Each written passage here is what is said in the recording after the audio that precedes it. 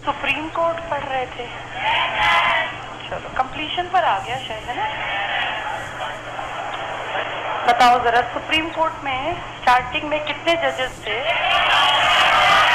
8 हो सकते हैं और प्रेजेंट में है 25। इनकी एज मिनिमम नहीं होती, रिटायर होती। इनका क्या मैटर करता है? एक्सपीरियंस।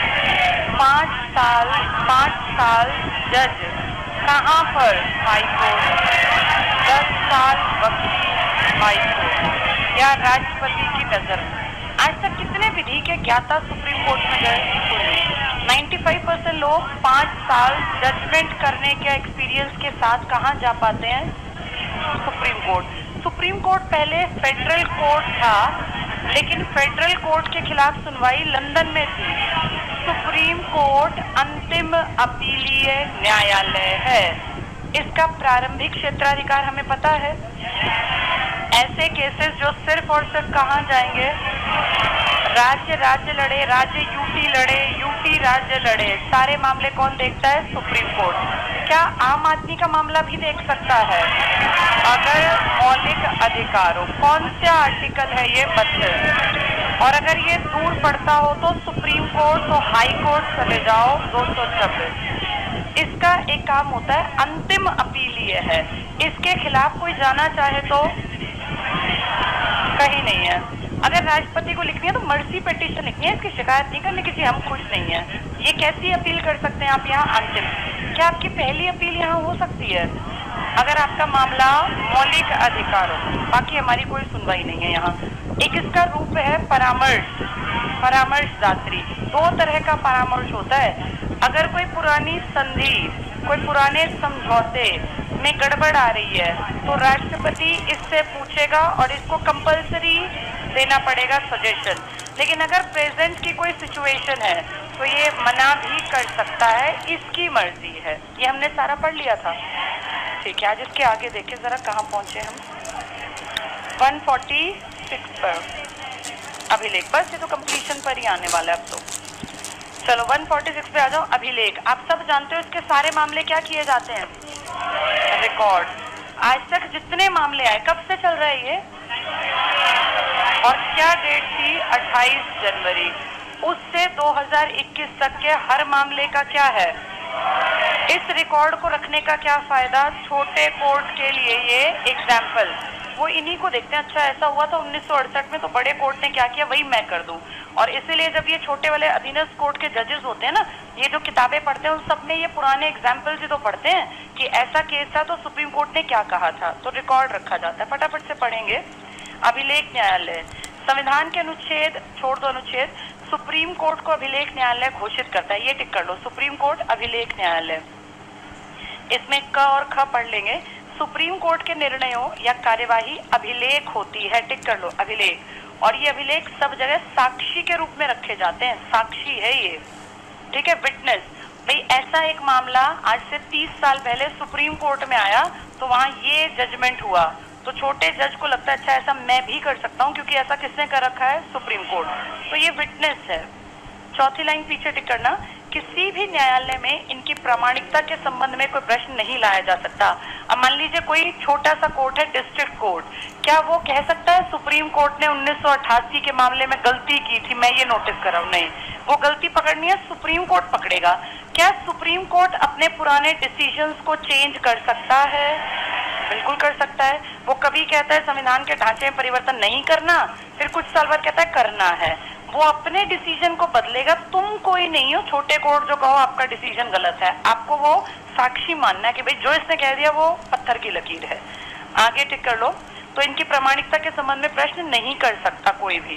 नेक्स्ट, सुप्रीम कोर्ट को किसी व्यक्ति को उसके द्वारा न्यायालय की अवमानना करने पर दंड देने की शक्ति प्राप्त है। कंटेम्प्ट ऑफ कोर्ट है ना, ये 2 कोर्ट का होता है मेनली, एक सुप्रीम कोर्ट का, एक हाई कोर्ट का। अगले पे आ जाओ।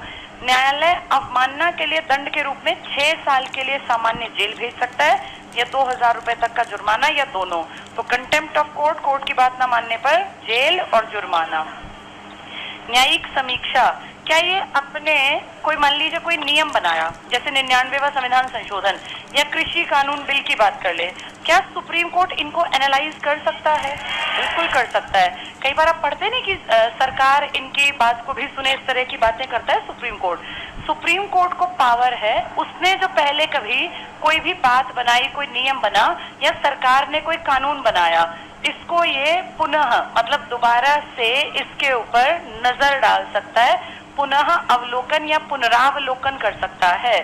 आपके देश में ये बहुत बड़ी बात है और इसलिए आप सेफ भी हैं। अगर ढंग से काम करे ना, कोई गलत कानून बन जाए, मान लीजिए इंडिया में कानून बना दे आने वाले टाइम में कि सिर्फ हिंदू रहेंगे, तो ये गलत है या ठीक है? ये इसलिए गलत है क्योंकि आपके संविधान के मूल ढांचे में ये मेंशन किया गया था सब जात पात बराबर है और मौलिक अधिकार सबको मिले हैं ना। फिर आपने एक शब्द और देखा हुआ है, धर्मनिरपेक्ष। तो क्या हमारे देश में ये कह सकते हैं कि इस धर्म के लोग नहीं रहेंगे? अब जैसे तालिबानियों ने अफगानिस्तान में अगर अपने नियम चलाए तो वो कह देंगे हर आदमी को दाढ़ी रखनी है और हर 10 साल से ऊपर की लड़की स्कूल नहीं जाएगी, को पढ़ेगी नहीं और बुर्का पहनना है। वो ऐसा कर सकते हैं क्योंकि अपने कॉन्स्टिट्यूशन को ना फॉलो करें, लेकिन आपके देश में ऐसा होने के चांसेस बहुत कम है क्योंकि आपका देश कैसा है। तो इसीलिए आपके देश के चांसेस जैसा लिखित में है ना वैसा फॉलो, और नहीं करते तो हमारे लिए कौन खड़ा हो जाएगा? Supreme court. सरकार अगर इस तरह की नीतियां बनाएगी ना तो सुप्रीम कोर्ट तुरंत आएगा। आप ये देखो, बाबरी मस्जिद के मामले में भी बैठक बैठी, 5 जजेस की बैठक, फिर डिस्कशन कितने साल, 1992 की बात है वो, और अब जाके आपका 2020 में इसके ऊपर बातचीत पूरी हुई है। कितना लंबा टाइम पीरियड लग गया। ये टाइम पीरियड क्यों लगा? क्योंकि आपका देश क्या है? धर्मनिरपेक्ष, वरना एक दिन में सारा फैसला करके दूर करता। देखो अगला पॉइंट, तो न्यायिक समीक्षा कर सकता है। पहला पॉइंट पढ़ लो, संविधान का अनुच्छेद छोड़ दो, सुप्रीम कोर्ट टिक कर लो। सुप्रीम कोर्ट को अपने द्वारा सुनाए गए निर्णय या दिए गए आदेश के पुनर्विलोकन या पुनर्विचार, समीक्षा की शक्ति, क्या वो अपने दिए गए फैसले को पलट सकता है? बिल्कुल। क्या हाई कोर्ट कह सकता है आपने गलत किया? नहीं, कोई नहीं बोलेगा, अपने फैसले को वो जब चाहे पलट देगा। इसके बाद अगला पॉइंट पढ़ लो, परंतु ये उच्चतम न्यायालय की शक्ति संसद द्वारा निर्मित किसी विधि तक ही है, ये उतना काम का नहीं है। अगला पॉइंट देखना, सुप्रीम कोर्ट के न्यायिक समीक्षा की शक्ति का प्रयोग विभिन्न मामलों में किया। गोलकनाथ मामला हुआ था कोई बहुत पहले, केशवानंद भारती मामला तो बहुत बड़ा था, और इसमें तो 13 जजेस की बेंच और मौलिक अधिकारों तक पे बात आ गई थी, बहुत बड़ा मामला था। आज तक की सबसे बड़ी बेंच जो बनी है इसी के लिए बनी है। मिनर्वा मिल्स मामले, इन सब में आम आदमी के अधिकारों के ऊपर बातें, तो बहुत बड़े केस बने थे। रिट अधिकारिता, कितने रिट्स जारी कर सकता है? 5। कौन सा आर्टिकल? 32। और अगर रिट की शक्ति ज्यादा पूछेंगे तो हाई कोर्ट वो इंजंक्शन करके इंटरिम रिलीफ, उसकी 6ठी शक्ति है। रिट टिक करना। संविधान ने सुप्रीम कोर्ट को नागरिकों के मूल अधिकारों के रक्षक के रूप में स्थापित किया। सुप्रीम कोर्ट मौलिक अधिकारों का रक्षक है, और संविधान की व्याख्या करने का अधिकार भी किसका है? सुप्रीम कोर्ट का। यानी किताब के ऊपर भी सुप्रीम कोर्ट, और तुम्हारे मेरी रक्षा करने का भी काम सुप्रीम कोर्ट, मौलिक अधिकारों का। नेक्स्ट टिक कर लो, मौलिक अधिकारों की रक्षार्थ सुप्रीम कोर्ट अनुच्छेद 32 के तहत, इसको टिक कर लेना, 5 प्रकार की रिट जारी करता है। बंदी प्रत्यक्षीकरण, जिसको आप कहते हैं हेबियस कॉर्पस, इंग्लिश में भी कर लो, कई बार रिट इंग्लिश में ही आती है, हिंदी इंग्लिश में। परमादेश, मैंडेमस, प्रतिषेध, प्रोहिबिशन, उत्प्रेषण, सर्शरी, अधिकार प्रच्छा, क्यूओ वारंटो। किसमें 24 घंटे में पेशी की बात करते हैं? बंदी प्रत्यक्षीकरण में। किसमें कहते हैं तुम ज्यादा ही काम कर रहे हो, बताओ क्यों कर रहे हो? अधिकार प्रच्छा। तुम अपना काम क्यों नहीं कर रहे हो? परमादेश। ये तुम्हें किसने, कोर्ट ने किसने कह दिया तुम्हें ये करने के लिए? ये तुम्हें नहीं करना, प्रतिषेध। तुमने फैसला सुना दिया, इधर ले आओ फैसला, उत्प्रेषण। न्यायिक पुनर्विलोकन पे आ जाओ, नीचे न्यायिक पुनर्विलोकन। पहले पॉइंट की सेकेंड लाइन टिक करना। संविधान के अनुच्छेद 13, तुम्हें याद है 13, 12, 13 किसमें थे ये? 12 से 35 और 36 से 51। इस से 12 में और 36 में किसकी परिभाषा है? राज्य की। और 13 में है न्यायिक पुनर्विलोकन, यानी कोई मौलिक अधिकारों के ऊपर हाथ डाले तो सीधे न्यायालय है। लेकिन यहाँ लिखा है कि इनके लिए न्यायालय में कोई सुनवाई नहीं होगी। क्या थे ये? नीति निर्देशक तत्व। और ये क्या थे? मौलिक अधिकार। दोनों का पहला आर्टिकल स्टेट को परिभाषित करता है, लेकिन सेकंड आर्टिकल इसका कहता है तुम्हारी रक्षा होगी, ये कहता है रक्षा वक्षा कुछ नहीं होगी, मर्जी होगी राज्य की, चलाए या ना चलाए। तो ये टिक कर लो। अनुच्छेद 13, नेक्स्ट लाइन, न्यायिक पुनरावलोकन को मान्यता। पुनरावलोकन दोबारा से देखना। इसके बाद चौथा पॉइंट टिक करना, भारत में न्यायिक पुनरावलोकन की शक्ति सुप्रीम कोर्ट और हाई कोर्ट दोनों को मिली हुई है। इससे अगला भी टिक कर लो। पांचवा, भारत में संविधान की सर्वोच्चता का सिद्धांत को अपनाया गया। तो आपके यहाँ किसकी सर्वोच्चता है? संविधान। कौन संविधान के अकॉर्डिंग काम करेगी? संसद भी। और संविधान की व्याख्या कौन करेगा? न्यायपालिका। न्यायपालिका और सुप्रीम कोर्ट। अगर संविधान में बदलाव करना है तो संसद, लेकिन संविधान क्या कहता है ये बताना है तो न्यायपालिका या सुप्रीम कोर्ट। इसके बाद एक पॉइंट छोड़ो, अगला टिक करो। संविधान का अनुच्छेद 13 और 32, 13 क्या कहता है? सीधे सुप्रीम कोर्ट, मतलब न्यायिक पुनर्विलोकन, और 32 कहता है सीधे सुप्रीम कोर्ट। दोनों काम के हैं। मौलिक अधिकारों के संबंध में सुप्रीम कोर्ट को इसी प्रकार की शक्ति प्रदान करते हैं। तो कौन सा आर्टिकल कहता है कि अगर गलत हुआ तो ये दोबारा रिवाइज कर देगा? आर्टिकल 13। कौन सा कहता है सीधा रास्ता खोल दिया? 32। दोनों आपके और मेरे फायदे के हैं। नेक्स्ट टिक करना, न्यायिक पुनर्विलोकन के दो शक्तिशाली आधार, एक तो संघात्मक व्यवस्था और एक आपके मौलिक अधिकार। अगले पॉइंट की सेकेंड लाइन टिक कर लो। भारत में जापान के संविधान की शब्दावली में से विधि द्वारा स्थापित प्रक्रिया को अपनाया गया। तो आपकी जो ये कानूनी प्रक्रिया है ना, इसका शाब्दिक जो भंडार है वो आपने किससे सीखा है? जापान। प्रोसेस आपने ब्रिटेन का चीट किया, लेकिन शब्दावली आपने जापान की देखी। इसके बाद है अन्य शक्तियां। सुप्रीम कोर्ट की अन्य शक्तियां क्या क्या कहती हैं? पहला पढ़ लो, संघ लोक सेवा आयोग। क्या था ये? यूपीएससी। यूपीएससी। सेकेंड लाइन पीछे टिक करना, राष्ट्रपति को पद से हटाने की सलाह। राष्ट्रपति मांगेगा तो सलाह देगा या अपने आप आगे आके बताएगा? राष्ट्रपति कहेगा जी यूपीएससी वाले काम नहीं करे, आपको क्या लगता है, तो सलाह देगा, बिना मांगे नहीं देगा। नेक्स्ट टिक करना, राष्ट्रपति उपराष्ट्रपति के निर्वाचन के संबंध में विवादों का निपटारे की शक्ति सुप्रीम कोर्ट। आप अच्छी तरह जानते हो इलेक्शन की सारी शक्ति किसके हाथ में है? Election commission. एमपी के इलेक्शन में गड़बड़ हो, एमएलए के इलेक्शन, एमएलसी के, कौन देखता है इनको? Election commission. लेकिन ये कभी भी राष्ट्रपति और उपराष्ट्रपति के इलेक्शन की गड़बड़ को नहीं देखता। कंडक्ट यही कराएगा सबके इलेक्शन, लेकिन जैसे ही राष्ट्रपति के इलेक्शन में गड़बड़ होगी तो कहेगा मुझे नहीं पता, कहाँ चले जाओ? Supreme court. और ऐसा आपको 1 महीने के अंदर अंदर करना है। ये पावर बाकी सबसे अलग है, सारे काम ये देखता है, एमपी एमएलए सबकी शक्तियां, लेकिन जैसे ही बात आए इनके इलेक्शन की तो कहता है मुझे नहीं पता, इलेक्शन में करवा दूंगा, गड़बड़ होती किसका रास्ता पकड़ लेना? सुप्रीम कोर्ट का। ये पॉइंट वही बता रहा है, इसको टिक कर लो। तो राष्ट्रपति उपराष्ट्रपति के निर्वाचन के संबंध में विवादों का निपटारा सुप्रीम कोर्ट। लिख लो, इलेक्शन कमीशन नहीं करता, बाकी सबका खुद देखता है वो काम, इन दोनों का नहीं देखता। इलेक्शन कमीशन नहीं करता, तो ये सुप्रीम कोर्ट के पास है। इलेक्शन कंडक्ट कौन कराएगा? खुद इलेक्शन कमीशन, लेकिन कहेगा निपटारा मैं नहीं करूंगा, वो कौन करेगा? Supreme court. अगले पेज पे आ जाओ। सुप्रीम कोर्ट संविधान का व्याख्याकार है, संविधान का एक्सप्लेनेशन कौन करेगा? Supreme court. इसके बाद न्यायिक सक्रियता शब्द देखो, जुडिशियल एक्टिविज्म। एक आदमी का नाम सुना? पीएन भगवती। पीएन भगवती कौन था ये आदमी? इस आदमी ने बहुत काम किया तो कई लोगों ने, पर इस आदमी का नाम थोड़ा सा ज्यादा ले लेते हैं, पीएन भगवती। और भी कई लोग हैं। पीएन भगवती ने क्या किया? ये सुप्रीम कोर्ट में रहे थे, पहले हाई कोर्ट में फिर सुप्रीम कोर्ट में। इन्होंने जुडिशियल एक्टिविज्म, पहली बात तो ये कि क्या तुम्हें ये पता है ये क्या होता है? जुडिशियल एक्टिविज्म, पहले तो यही सुन लो। जब जुडिशियरी एक्टिव हो जाए आपके और मेरे लिए, यानी कभी कहीं पर भारत में कोई गलत कानून बने, कोई गलत नीति बने, कोई गलत निर्देश दिया जाए या कोई गलत आदेश दिया जाए, तो आप और मैं, हम लोग तो भैया जो कह देंगे उसको मान लेंगे।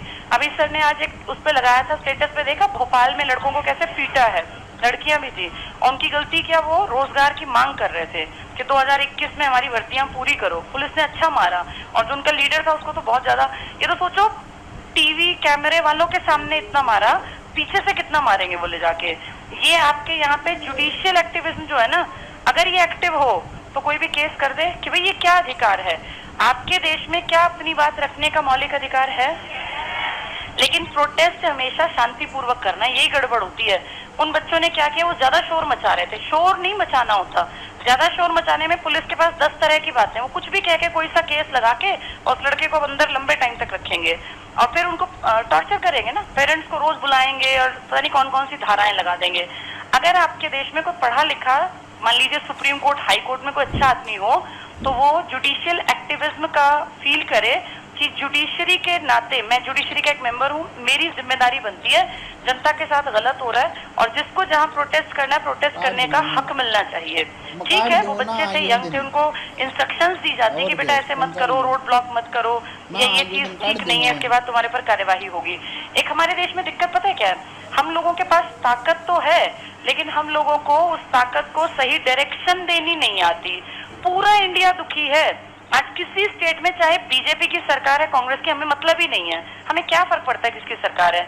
हमारा मेन मुद्दा है कि क्या हमारे हाथ में नौकरी है या नहीं है। अगर नहीं है तो आप देखो इस पूरे देश में कितने लोग आप जैसे होंगे जिन्हें लगता होगा कि सरकार मजाक करती है, वैकेंसी आती है, हम 2 साल 3 साल को कितने दिन वेट करें। कितने घरों में तो रोटी उससे चलती है कि बस ये बेटा बेटी लग जाए तो हमारा जिम्मेदारी पूरी हो जाए। इस ताकत को डायरेक्शन सही नहीं मिलती। इकट्ठे तो होना बहुत आसान है, हो गए इकट्ठे, लेकिन फिर उसको प्रेजेंट कैसे करना है, डीसी हमारी बात कैसे सुने, सीएम तक हमारी बात, हमारा प्रोटेस्ट कैसे पहुंचे, किसी को तो बोलते हैं प्लान्ड तरीके से काम करना। भगत सिंह, राजगुरु, सुखदेव या जो पहले बनी थी एचआरए ने गलती तो की थी, सारे लड़के मरी ना गए थे, एक आजाद ही तो बचे थे। तो ये बहुत बार ऐसा हुआ इतिहास में कि आपकी ताकत वेस्ट हो गई। अब इस टाइम पे समझने की जरूरत है कि इस ताकत को, इस गुस्से को सही डायरेक्शन में निकालना बहुत जरूरी होता है। और जो ये पीएन भगवती जैसे लोग होते हैं ना, ये हर जमाने में होते हैं, अब भी कोई होगा, अगर कोई होगा तो इस मुद्दे को उठाया जा सकता है। अभी 3-4 दिन पहले मैं देख रही थी आपके चीफ जस्टिस ने फिर से बयान दिया है ना कुछ इस तरह का कि भैया थोड़ा काम करने की, लोकतंत्र को समझने की जरूरत है।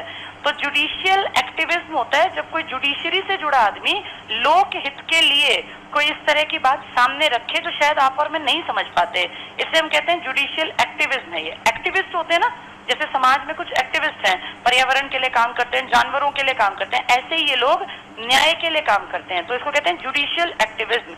इसी के चलते पीएन भगवती जी ने, जो कि खुद जज रहे थे, इन्होंने कहा लोगों के लिए पब्लिक इंटरेस्ट लिटिगेशन यानी जनहित याचिका दायर करनी चाहिए जिसमें जनता का हित छिपा हो।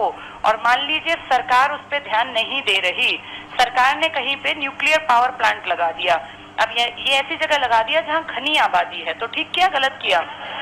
किसी भी दिन थोड़ी सी लीकेज हुई तो उनकी तो पूरी की पूरी नस्लें खराब, ऐसी बीमारियां लग जाएंगी आने वाली पीढ़ी को, ठीक ही नहीं होंगी। तो इसके खिलाफ अगर किसी के नोटिस में आ गया तो वो क्या डाल सकता है, जनहित याचिका। जनहित याचिका जनता के हित को ध्यान में रख के डाली जाती है और ये इसी का एक पार्ट है कि आप एक्टिविस्ट हैं। और किस फील्ड के एक्टिविस्ट हैं आप, जुडिशियल के, तो इसे कहते हैं जुडिशियल एक्टिविज्म। इस आदमी का नाम इसलिए पड़ा है क्योंकि PIL का कॉन्सेप्ट जो इंडिया में इंट्रोड्यूस किया था वो इसी आदमी ने किया। और भी कई लोग इनके साथ थे लेकिन ये नंबर 1 पे हैं तो इसलिए इनका नाम लेते हैं हम लोग। न्यायिक सक्रियता देखो, जुडिशियल एक्टिविज्म, पहला पॉइंट, भारत में न्यायिक सक्रियता का मुख्य साधन जनहित याचिका या सामाजिक व्यवहार याचिका रही है। Public interest litigation, second line tick कर लो, सोशल बिहेवियर पिटीशन।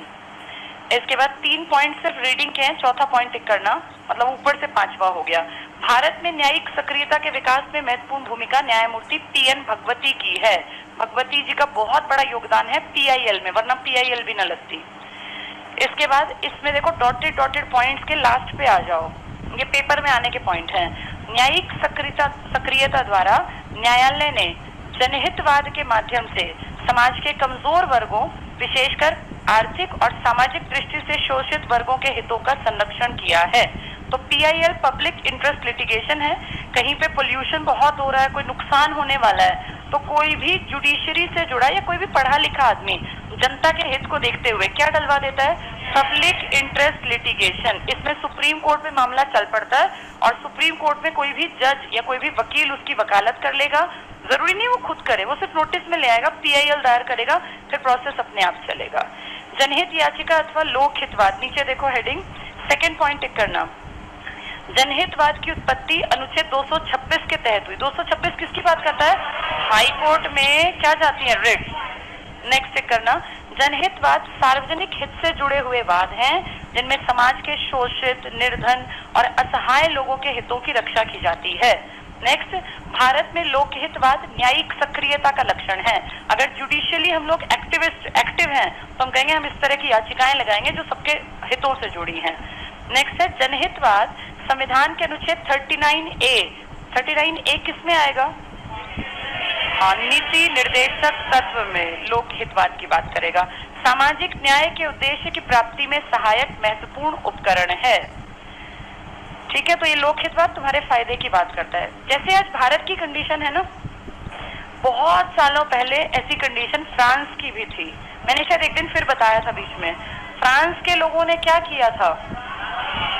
इन लोगों ने अपने सिस्टम को हिला दिया था, चेंज कर दिया था। कौन सी क्रांति थी ये? फ्रांसीसी क्रांति किसके खिलाफ थी? लुईस 16 इनका राजा था जिसका नाम था लुईस 16 या लुईस 16। उसमें स नहीं लिखते, LOUIS अंग्रेजी में लिखते हैं, हिंदी में लुई भी लिख देते हैं। इस आदमी जो कि राजा है, इसके खिलाफ यहाँ के लोगों ने क्रांति कर दी और इतना बड़ा समाज खड़ा हो गया। लेकिन इस समाज में एक अच्छाई पता है क्या थी? जैसे हम क्यों नहीं फ्रांस जैसे बन पाते, इस समाज के लोगों ने एक बात को बहुत करीब से देखा जो हमें नहीं देखनी आ रही। क्या? इन लोगों ने जब क्रांति की ना, तो इन्होंने जो बिल्कुल लोअर ग्रेड के लोग थे ना, जिनमें बुद्धि नहीं थी, उनको साथ नहीं लिया। ये थी तो समाज की क्रांति, लेकिन इन लोगों ने समाज के उन लोगों को इकट्ठा किया जो उस टाइम के वेल एजुकेटेड लोग थे, पढ़े लिखे। एक बात। दूसरी बात, इन्होंने कहा उनको लेंगे जिनके पास अपनी क्या होगी? जमीन। अब तुम्हें लगेगा ये कैसी बात है? ये इसलिए जरूरी है क्योंकि इस टाइम के फ्रांस के लोगों का मानना था कि जिनके पास जमीन है उनका घर का स्तर ठीक होगा, और जिसके घर का स्तर ठीक होगा ना, वहां बच्चे का 99% दिमाग का लेवल भी ठीक होगा। अब इसमें कुछ लोग कहेंगे कि ये तो गलत है, गरीबों के बच्चे भी अच्छे हो सकते हैं, मना नहीं कर रहे, लेकिन एक चीज होती है जरूरत के अनुसार बड़ा स्टेप लेना। सब गरीब लोगों को अगर फ्रांस साथ लेता ना, तो उनकी बात कोई सुनता ही नहीं। उसने क्या किया? अपने पढ़े लिखे जो औरतों को भी साथ नहीं लिया। देखो, मुझे इनकी थ्योरी बहुत अच्छी लगी क्योंकि टाइम पे डिसीजन लेने के लिए आप सारी भीड़ को नहीं ले जा सकते, आपको एक लिमिटेड लोगों का संगठन चाहिए था। इन्होंने कहा जमीन होगी उसको लेंगे जो वेल एजुकेटेड होगा, इसको हम किसको नहीं लेंगे? जो बहुत ज्यादा गरीब है उसको भी हम ले जाएंगे नहीं, क्योंकि उसकी समझ में नहीं आएगा, उसका IQ लेवल नहीं है। और दूसरा, उस टाइम महिलाएं पिछड़ी हुई थी, तो ठीक है, कोई दिक्कत नहीं है। यहाँ जेंडर की बात मत करना, जेंडर इक्वलिटी आज तुमसे बहुत बेहतर है फ्रांस के पास। फ्रांस ने समय पे समझा कि मेरी जरूरत क्या है। अगर वो भी पागलों की तरह बैठा रहता कि नहीं सब औरतें चलो, सब गरीब चलो, तो कभी आजादी मिलती ही नहीं, क्योंकि इनको समझाना उस टाइम नामुमकिन था। इसने एक पढ़े लिखे तबके को उठाया और उन लोगों ने अपना सारा सिस्टम बदला। आज फ्रांस का हर गरीब से गरीब आदमी पढ़ा लिखा और गाड़ी वाला है, जिसको आप गरीब सोच रहे हैं। यहाँ की हर औरत बहुत समझदार, पढ़ी लिखी और वेल डेवलप्ड माइंड वाली है। इनको बराबरी पर लाने के लिए ना कुछ दिन तक सिस्टम को, अच्छे लोगों को संभालना पड़ता है। आपके देश में क्या दिक्कत है? आपके देश में इलेक्शन में सबसे ज्यादा वोट कौन डालते हैं? जो बिल्कुल BPL परिवार है ना, वो। एवरेज परिवार आपके देश में वोट नहीं डालता। कारण, आपके देश का जो ज्यादा अमीर है, तुम्हें क्या लगता है ये अंबानी के नीचे जो जितने ढेर अमीर हैं वोट डालने जाते? कोई नहीं जाता। अमीर आदमी कभी नहीं जाता। जिनके वोटर ID नहीं है, बिल्कुल ही भिखारी हैं, वो भी नहीं जाते। जो ये एक तो मिड में हो गए तुम्हारे जैसे सारे लोग, और एक हो गए जो गरीब हैं लेकिन उतने भी नहीं है कि क्या करें, वोटर ID नहीं है, कोई एड्रेस नहीं है, ये सबसे ज्यादा वोट डालता है, मैक्सिमम हिस्सा। अब तुम अपने आप को फ्रांस से कंपेयर करो। फ्रांस समझदार था ना, उसने गरीबों को और औरतों को पहले पीछे कर दिया कि तुम रुक जाओ, पहले सिस्टम बदलने दो, सिस्टम बदलेगा फिर तुम्हें अपने आप अपने बराबर ले आएंगे। हमारे देश की क्या हालत है? कहीं एक तबके को छोड़ दो, तुरंत आएंगे मानवाधिकार वाले, जी ऐसे कैसे कर दिया। अरे पूरे देश के विकास के लिए पूरे देश का पहले बौद्धिक लेवल तो एक कर लो। इन लोगों ने सबको बराबरी पर लाने के लिए बहुत अच्छा इतिहास में एग्जाम्पल सेट किया। और ये जो जितनी बातें बता रही हूँ ना, ये 9th क्लास में है। ये 9th में इसीलिए है क्योंकि उस टाइम बच्चे का दिमाग का एक स्तर बढ़ रहा होता है, पर हमारे स्कूलों में इनको कोई नहीं पढ़ाता। पढ़ाते हैं, फॉर्मेलिटी करते हैं पढ़ाते टाइम, और बस रट के और आगे भाग गए। इस चैप्टर को कम से कम 10 से 20 दिन पढ़ाना चाहिए। मैंने खुद ये 9th क्लास के बच्चों को पढ़ाया, अब गांव में ट्यूशन में। उनको मैंने ऐसा समझा दिया ये चैप्टर कि वो जिंदगी भर ये नहीं भूलेंगे फ्रांस की क्रांति किन कारणों से हुई और क्या करना चाहिए क्रांति के लिए। आज वो छोटे हैं, ठीक है, कोई बात नहीं, लेकिन जिस दिन वो 20 साल के होंगे उस टाइम तक उनको ये समझ आ जाएगा कि फ्रांस और हम में अंतर क्यों है और कैसे ये अंतर पाटा जा सकता है। तो धीरे धीरे ना पढ़ाई इंसान को बदल सकती है, समय लगता है लेकिन पढ़ाई से लोग बदल जाते हैं। आप इस लेवल पे बैठे हैं, आप मुझे बताओ किसी के स्कूल में फ्रांस की क्रांति बहुत अच्छी पढ़ाई गई थी क्या? हम याद भी नहीं होती। फ्रांस की क्रांति कोई चैप्टर भी था क्या? 9वीं क्लास की हिस्ट्री का पहला चैप्टर है फ्रेंच रिवॉल्यूशन, और उसको इतना अच्छा पढ़ना चाहिए कि बच्चे को लगे कि मैं भी क्रांति करूं तो मैं इस तरह से सिस्टमैटिक। कोई दिक्कत नहीं है इनकी क्रांति में। इनकी क्रांति इतनी सफल थी कि दुनिया की बेस्ट क्रांतियों में हम भी तो पढ़ते ही हैं। तुम याद नहीं करते समानता, स्वतंत्रता, बंधुत्व का नारा? और तुम्हारे यहाँ का जो पढ़ा लिखा आदमी था वो टीपू सुल्तान, वो किसका मेंबर बना था? जैकोबिन क्लब का। ये जैकोबिन क्लब कहाँ था? फ्रांस में ही तो था। इसी ने तो मारा था वहां का राजा लुईस 16वां, उसकी पत्नी और वो इसी ने मारे थे।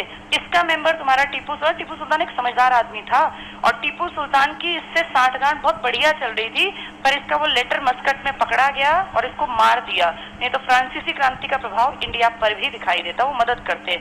लेकिन फिर बाद तक फ्रांसीसी और ब्रिटेन तो शत्रु थे, तो ब्रिटिशर्स क्यों उनका कोई भी प्रभाव हम तक पहुंचने देते? इस क्रांति का इनका प्रभाव हमारे देश पे आया ही नहीं। किसने कोशिश की थी लाने की? राजा राममोहन रॉय का नाम सुना है? वो लेटर स्टेज में प्रभावित थे बहुत ज्यादा। वो भी मतलब सोचते थे कि फ्रांसीसी क्रांति जैसी क्रांति इंडिया में भी हो। लेकिन फ्रेंच रिवॉल्यूशन को पढ़ के समझना पहली शर्त होती है कि क्यों वो क्रांति कर पाए, उनकी क्रांति क्यों ताकतवर थी। हमारे देश में क्या है, सबको इकट्ठे लेके चलेंगे, सबके दिमाग का स्तर उतना नहीं होता कि वो प्रॉब्लम्स को समझ पाए।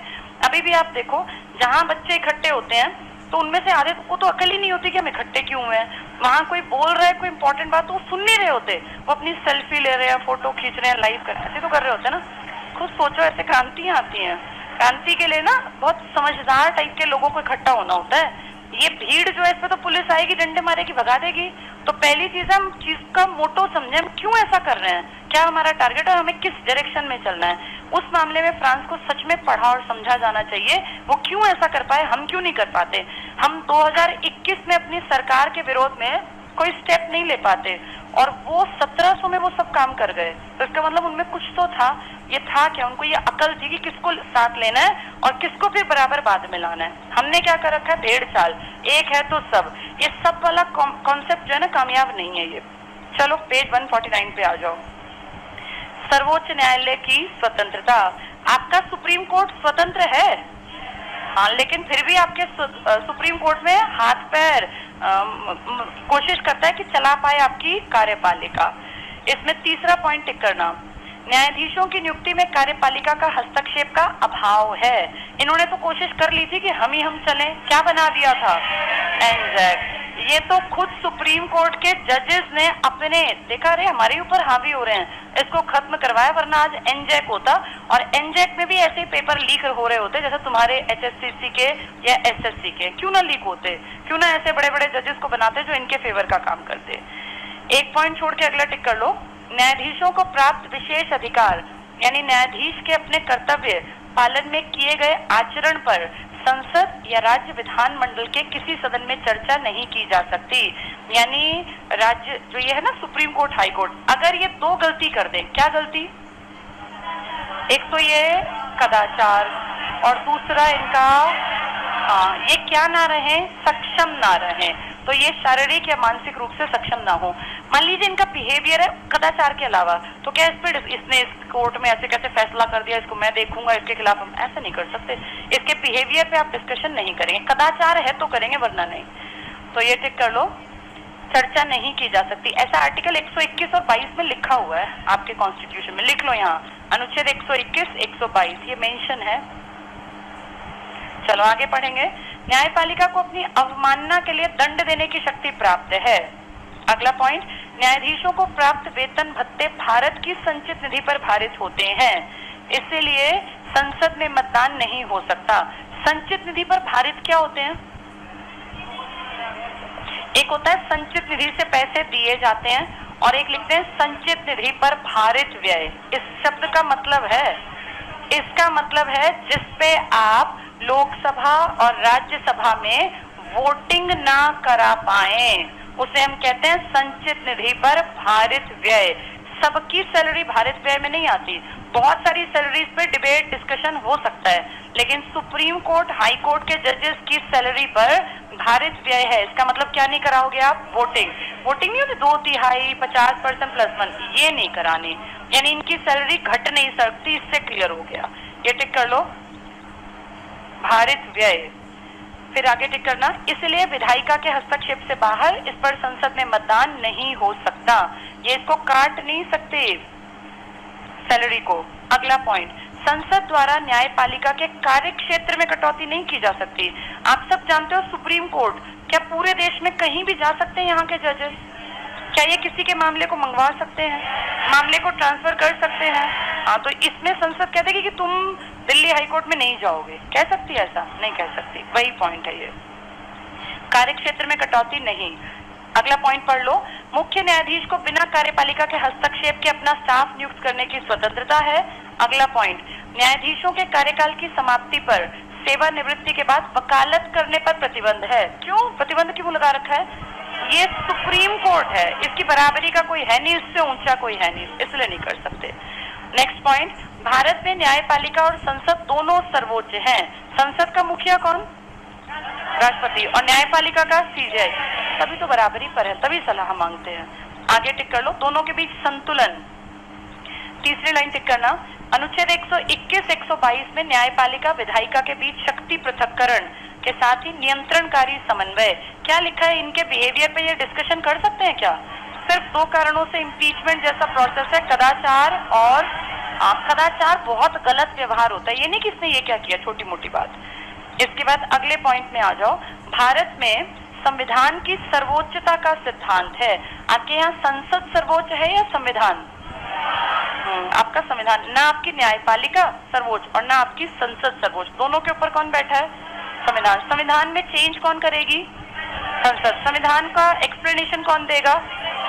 तुम दोनों किसके नीचे हो? संविधान। संविधान सबसे बड़ी चीज है, दोनों संविधान के अकॉर्डिंग चलोगे।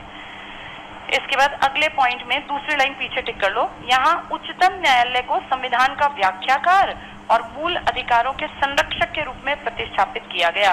अब टेबल पे आ जाओ, भारत के मुख्य न्यायाधीश में पहला हरिलाल जे कानिया, 26 जनवरी 50 से 51 तक। एक्चुअली में क्या था ये फेडरल कोर्ट के चौथे जज थे। लिख लो यहाँ, फेडरल कोर्ट 1937 के चौथे जज थे। उन्हीं को डायरेक्ट बना दिया फिर सुप्रीम कोर्ट का। फेडरल कोर्ट 1937 के चौथे जज। किस एक्ट के बेसिस पे बना था? Government of India act 1935। इसके बाद बाकी सारे नहीं पढ़ने। 11वें नंबर पर अगले पेज पर आ जाओ, एम हिदायतुल्लाह। ये पढ़ रखा है तुमने? क्यों पढ़ा था तुमने ये? जब ये सीजेआई थे तो भारत का राष्ट्रपति की डेथ हो गई। कौन था वो? जाकिर हुसैन। सुन लो पहले जल्दी से, वैसे पढ़ा रखा है ये। राष्ट्रपति की डेथ हो गई और जो उपराष्ट्रपति था उसने इस्तीफा दे दिया, तो इसलिए सीजेआई को क्या बनना पड़ा? राष्ट्रपति। सीजेआई राष्ट्रपति की कुर्सी पे जाके बैठ गया। एम हिदायतुल्लाह का पहला पॉइंट। दूसरा पॉइंट, ये घटना है 19, बताओ कब की है ये 1969 की घटना है। 67 में बना था ना तीसरा, 69 में एक्सपायर हुआ, तभी तो राष्ट्रपति उत्तराधिकार अधिनियम बना था संसद का। इसके बाद दूसरा, लिखना मत समझना, एम हिदायतुल्लाह फिर से बनेंगे, कारण एक आपके यानी जैल सिंह जी, ये क्या है? भारत के राष्ट्रपति। इनकी तबीयत खराब हो गई, इलाज करवाने के लिए अमेरिका चले गए। उस टाइम पे भारत के उपराष्ट्रपति की कुर्सी पर बैठे थे एम हिदायतुल्लाह, यानी एम हिदायतुल्लाह उपराष्ट्रपति भी रहे और सीजेआई भी रहे और कार्यवाहक राष्ट्रपति भी बने। राष्ट्रपति नहीं बने। इन्होंने 2 बार कार्यवाहक राष्ट्रपति की कुर्सी संभाली। एक बार सीजेआई की कुर्सी से उतर के राष्ट्रपति के बैठे, एक बार उपराष्ट्रपति से राष्ट्रपति की कुर्सी पर। वही है, इसलिए टिक मार्क कर लो, एम हिदायतुल्लाह। इसके ऊपर लिख लो, डॉक्टर जाकिर हुसैन की मृत्यु 1969।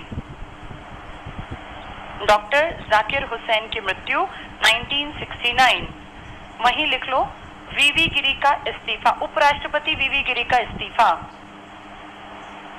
डॉक्टर जाकिर हुसैन की मृत्यु 1969। वहीं लिख लो, वीवी गिरी कार्यवाहक या उपराष्ट्रपति लिख लो, उपराष्ट्रपति का इस्तीफा। इसीलिए CJI M हिदायतुल्लाह को, इसीलिए CJI M हिदायतुल्लाह को कार्यवाहक राष्ट्रपति, एक्टिंग प्रेसिडेंट ऑफ इंडिया बनना पड़ा।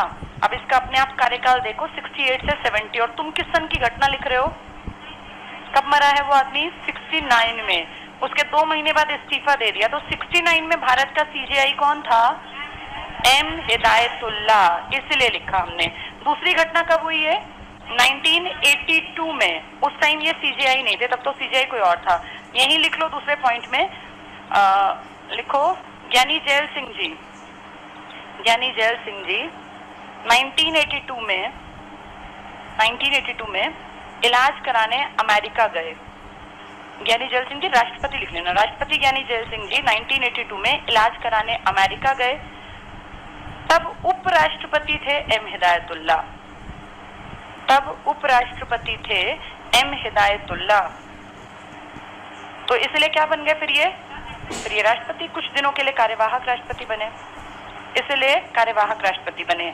यानी M हिदायतुल्लाह ने 3 पोस्ट पे काम किया, बड़ी बड़ी पर। पहली बड़ी पोस्ट CJI, दूसरी बड़ी पोस्ट उपराष्ट्रपति, और तीसरा कार्यवाहक बना है। जैसे कि याद किया था हमने, हरियाणा में एक आदमी था, वो CM भी था, डिप्टी CM भी था और स्पीकर भी था। ऐसे ही ये है, राष्ट्रपति कार्यवाहक है, 2 बार बना, 1 बार उपराष्ट्रपति और CJI बने। चलो, इसके बाद 14th नंबर पे AN रे लिखा है, जरा देखो AN रे 73-77, कुछ याद आया? इंदिरा गांधी, जूनियर था ये आदमी और सीनियर की बजाय इसको बना दिया AN रे को। ये गड़बड़ थी। कौन सी व्यवस्था थी ये? कॉलेजियम से पहले मनमर्जी थी, तो इंदिरा ने मिसयूज किया।